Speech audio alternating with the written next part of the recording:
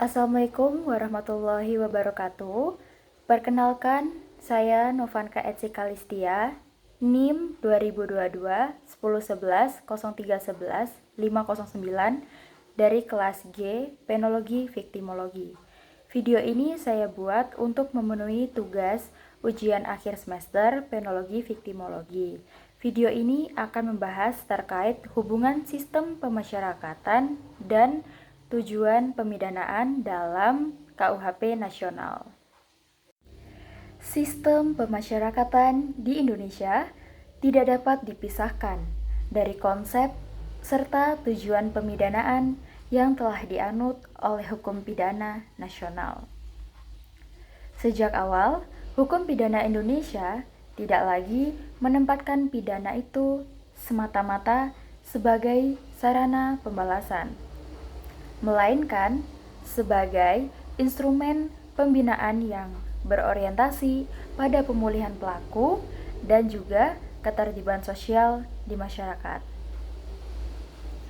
Paradigma ini semakin ditegaskan dengan lahirnya KUHP nasional melalui Undang-Undang Nomor 1 Tahun 2023 yang secara eksplisit telah merumuskan tujuan pemidanaan dengan melakukan pendekatan modern dan juga humanis.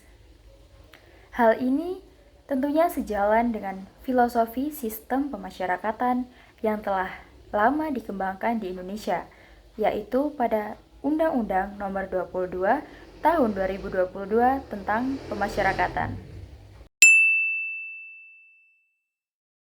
Baik, saya akan menjelaskan terlebih dahulu terkait tujuan pemidanaan. Tujuan pemidanaan sendiri telah diatur dalam KUHP nasional, yaitu tepatnya pada pasal 51 KUHP nasional. Dalam pasal 51, tujuan pemidanaan telah dibagi menjadi 5. Yang pertama, tujuan pemidanaan untuk mencegah tindak pidana serta menegakkan norma hukum. Yang dimaksudkan di sini adalah penegak hukum melakukan upaya penanggulangan kejahatan, baik preventif, yaitu sebelum kejahatan itu terjadi, serta represif, ketika kejahatan itu telah terjadi dengan menggunakan KUHP atau KUHAP sebagai penal. Lalu, tujuan ini juga bermaksudkan untuk menegakkan hukum, agar dapat mencegah pelaku untuk melakukan tindak pidana tersebut. Tujuan ini juga telah masuk dalam teori relatif, yang dimana telah saya bahas di video sebelumnya, bahwa teori relatif ini cenderung untuk memanfaatkan dan juga mencegah tindak pidana tersebut. Lalu tujuan pemidanaan yang kedua adalah perlindungan dan juga pengayoman masyarakat. Hal ini masuk ke dalam teori social defense. Hal ini tidak hanya melakukan keadilan, tetapi juga kemanfaatan dan kepastian bagi masyarakat serta korban. Hal ini juga tentunya untuk melindungi masyarakat dari perbuatan yang telah dilakukan oleh pelaku kejahatan atau tindak pidana tersebut. Oleh karena itu, terdapat penjara yang pastinya diletakkan lebih jauh, contohnya Nusa Kambangan. Di sini saya dapat contohkan sebagai mana yang telah kita ketahui, yaitu adalah artis Ahmad Zhoni telah ditaruh di Nusa Kambangan karena ia itu telah melakukan kejahatan yang berulang kali, yaitu narkotika.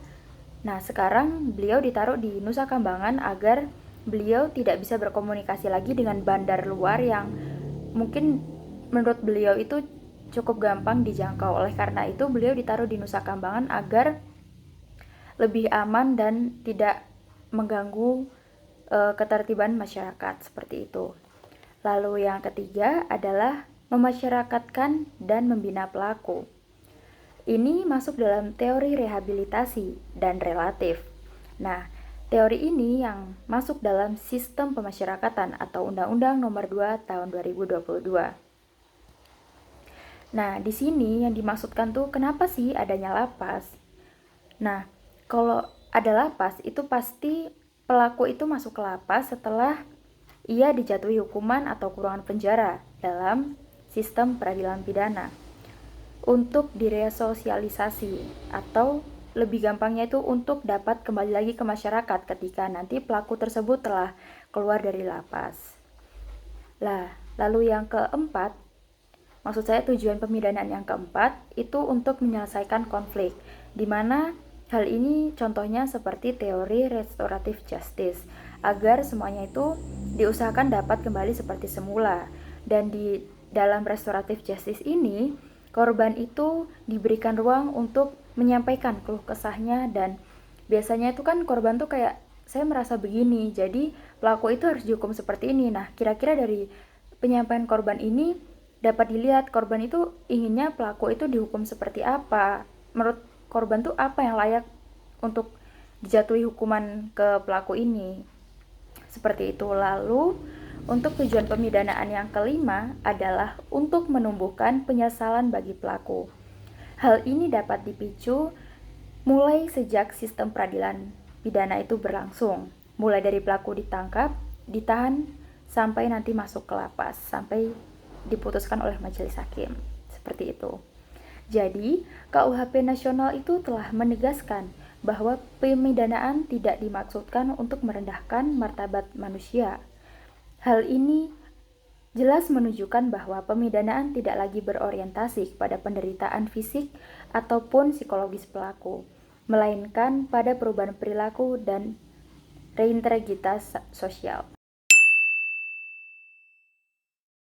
Berdasarkan tujuan pemidanaan dalam KUHP nasional yang telah saya jelaskan sebelumnya, ternyata hal tersebut memiliki hubungan yang sangat erat dengan sistem pemasyarakatan, sebagaimana yang telah diatur dalam Undang-Undang Nomor 22 Tahun 2022 tentang Pemasyarakatan.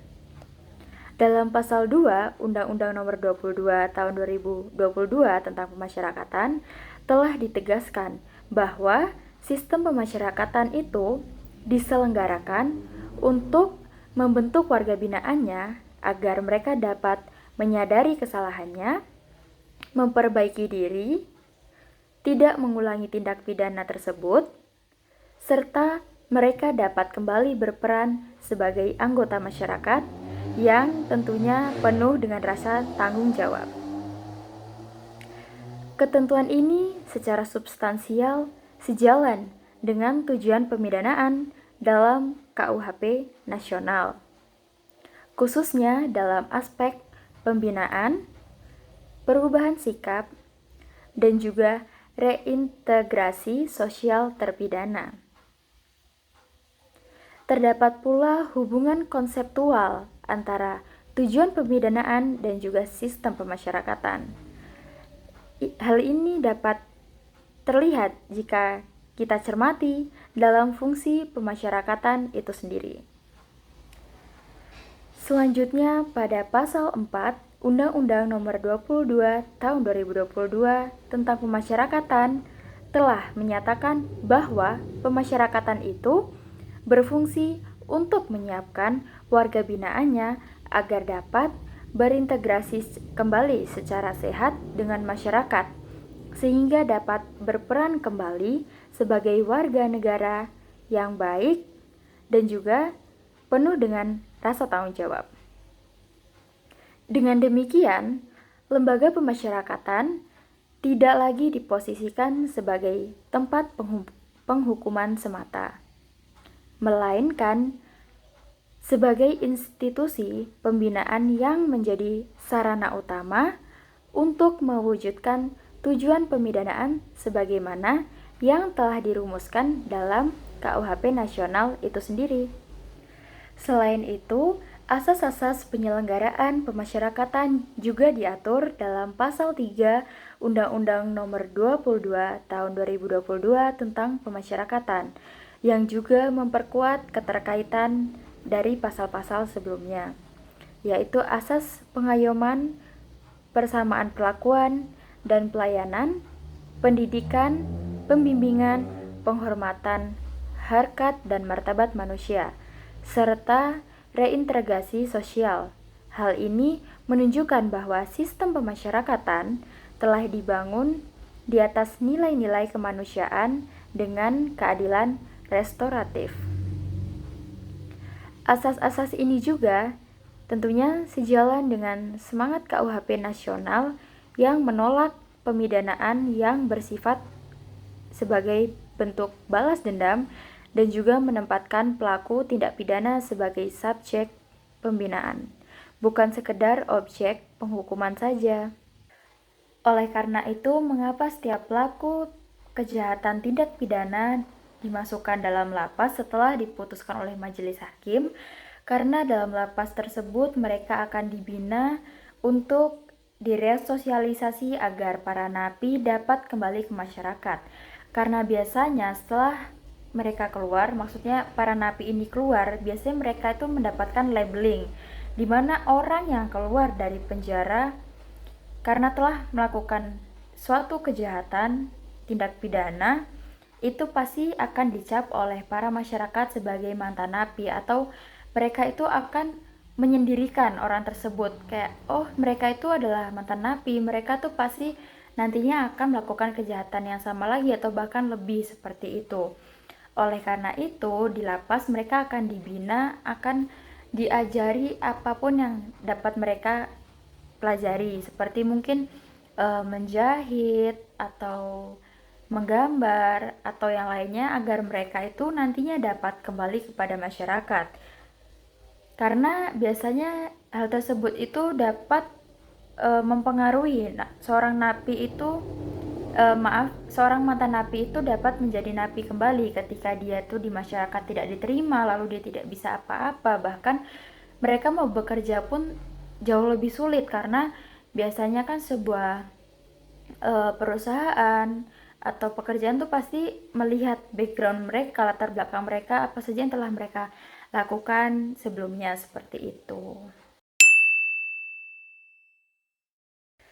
Berdasarkan perspektif akademik, yaitu jurnal-jurnal hukum pidana nasional yang telah saya baca, saya dapat melihat bahwa para peneliti atau penulis menilai bahwa sistem pemasyarakatan merupakan instrumen utama untuk mengimplementasikan teori pemidanaan modern, khususnya dalam teori rehabilitasi dan juga reintegrasi sosial. Pemidanaan yang tidak diikuti dengan sistem pemasyarakatan yang efektif tentunya dapat berpotensi gagal untuk mencapai tujuan utamanya itu sendiri, karena pidana penjara tanpa pembinaan justru dapat melahirkan residivisme. Oleh karena itu, keberhasilan tujuan pemidanaan dalam KUHP nasional tentu saja sangat bergantung pada kualitas penyelenggaraan sistem pemasyarakatan itu sendiri. Dimulai dari pembinaan kepribadian, pembinaan kemandirian, hingga program integrasi sosial seperti asimilasi, pembebasan bersyarat, dan juga cuti bersyarat. Lebih jauhnya, hubungan sistem pemasyarakatan dan juga tujuan pemidanaan dalam KUHP nasional juga mencerminkan pergeseran paradigma dari keadilan retributif menuju ke keadilan korektif dan juga restoratif. KUHP nasional juga telah membuka ruang penyelesaian konflik dan pemulihan keseimbangan sosial. Sementara itu, sistem pemasyarakatan telah menyediakan mekanisme yang konkret untuk membina pelaku agar dapat kembali diterima oleh masyarakat. Dengan demikian, pemasyarakatan tidak hanya melayani kepentingan pelaku saja, tetapi juga sebagai kepentingan korban dan juga masyarakat luas di Indonesia dalam menciptakan ketertiban dan juga rasa aman bagi masyarakat di Indonesia, yang dapat dilangsungkan oleh para penegak hukum di Indonesia tentunya. Hubungan antara tujuan pemidanaan dalam KUHP nasional dan juga sistem pemasyarakatan dalam Undang-Undang Nomor 22 Tahun 2022 dapat kita pahami sebagai hubungan antara konsep normatif dan juga pelaksanaan secara nyata di lapangan. KUHP nasional melalui pasal 51 telah merumuskan bagaimanakah tujuan pemidanaan yang tidak berhenti pada penjatuhan pidana oleh majelis hakim. Tetapi hal tersebut tentunya berlanjut kepada proses bagaimanakah terpidana dapat dibina setelah putusan berkekuatan hukum tetap. Dalam konteks ini, sistem pemasyarakatan telah menjadi ruang utama untuk kita mengetahui tujuan pemidanaan tersebut ke dalam tindakan yang lebih konkret. Seperti yang telah saya sebutkan sebelumnya, seperti pembinaan kepribadian, perubahan sikap, dan juga penanaman rasa tanggung jawab sosial kepada warga binaan agar dapat kembali kepada masyarakat. Jika pemidanaan hanya dimaknai sebagai pemenjaraan, maka tujuan pemidanaan dalam KUHP nasional tentu akan kehilangan maknanya. Tujuan dari memasyarakatkan terpidana dan mencegah pengulangan tindak pidana, justru hal tersebut membutuhkan proses pembinaan yang berkelanjutan. Oleh karena itu, sistem pemasyarakatan hadir untuk mengisi ruang tersebut dengan menyediakan berbagai macam program-program pembinaan yang telah dirancang agar para narapidana tidak hanya menjalani hukumannya dalam lapas, tetapi juga mereka dapat belajar untuk memahami kesalahan yang telah mereka lakukan sebelumnya, dan juga mereka dapat menyiapkan diri untuk mereka dapat kembali ke masyarakat dengan perilaku yang tentunya lebih baik. Keterkaitan ini juga tampak dari pendekatan terhadap dalam sistem pemasyarakatan. Dalam hal ini, terpidana tidak diputus hubungannya secara total dari masyarakat, melainkan secara perlahan mereka diarahkan untuk dapat beradaptasi kembali melalui mekanisme integrasi sosial. Hal ini tentunya sejalan dengan tujuan pemidanaan dalam KUHP nasional yang tidak menghendaki adanya pengucilan para narapidana secara permanen, melainkan untuk pemulihan hubungan sosial yang sempat rusak akibat adanya tindak pidana yang dilakukan oleh narapidana tersebut. Dengan cara ini, pemasyarakatan tentunya berfungsi sebagai jembatan antara dunia tertutup dalam lembaga pemidanaan atau lapas dan kehidupan sosial di luar tembok lapas itu sendiri. Selain itu, sistem pemasyarakatan juga mencerminkan bahwa prinsip pemidanaan harus tetap menghormati juga martabat manusia. KUHP nasional secara tegas menolak pemidanaan yang bersifat merendahkan manusia, dan prinsip ini telah diwujudkan melalui sistem pemasyarakatan yang menempatkan narapidana sebagai subjek pembinaan. Dalam praktiknya, warga binaan tidak diperlakukan semata-mata sebagai pelaku kejahatan atau tindak pidana, tetapi mereka diperlakukan sebagai individu yang masih memiliki potensi untuk berubah dan berkontribusi kembali dalam kehidupan bermasyarakat bersosial. Dari sudut pandang pencegahan kejahatan, sistem pemasyarakatan berperan penting dalam mencapai tujuan pemidanaan yang bersifat jangka panjang. Pencegahan tidak hanya dilakukan dengan ancaman pidana, tetapi juga melalui pembinaan yang efektif agar pelaku tidak mengulangi perbuatannya kembali. Setelah kita membahas teori sebelumnya, dapat kita simpulkan bahwa sistem pemasyarakatan dan juga tujuan pemidanaan dalam KUHP nasional merupakan sebuah satu kesatuan yang tidak dapat terpisahkan. Dalam KUHP nasional sendiri telah memberikan landasan normatif mengenai arah dan juga tujuan pemidanaan itu sendiri. Sementara dalam Undang-Undang Nomor 22 Tahun 2022 tentang pemasyarakatan sendiri telah menyediakan kerangka operasional untuk mewujudkan tujuan tersebut dalam praktik.